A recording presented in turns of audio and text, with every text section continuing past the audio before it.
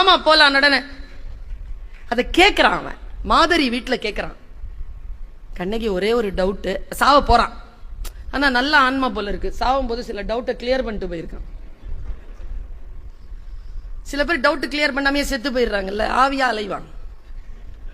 அவன் போனவன், அவ்வளவுதான், முடிஞ்சு போச்சு. அவன் சொல்றான், கண்ணகி ஒரு டவுட்டு. என்ன? இதுதான் கண்ணகி. என்ன? எழு என்றதும் எழுந்தனை என் செய்தனை. எழுந்தவுடன் எழுந்துட்டிய. ஆண்களுக்கு ஒரு சைக்காலஜி இருக்கு தெரியுமா? தப்பு பண்ணிட்டு பொண்டாட்டி முன்னால வந்து நிற்கும் போது ஒண்ணு அவ கத்தி சட்டையை கிழிக்கணும், இல்ல தன்னைத்தானே அடிச்சுக்கிட்டு அழுணும்.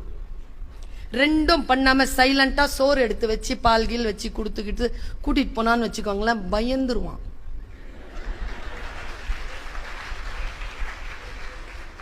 இந்த பயத்துலதான் வரான் கோவலை.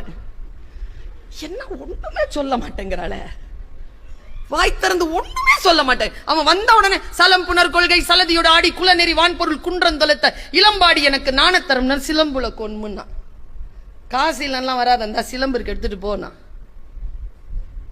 இப்படி இவ்வளவு உறுதி அவளுக்கு. இதுல இருந்து என்ன தெரியுது அப்படின்னா, கண்ணகி தன் புருஷனை காப்பாத்துறதுக்கான வழியை தேடல.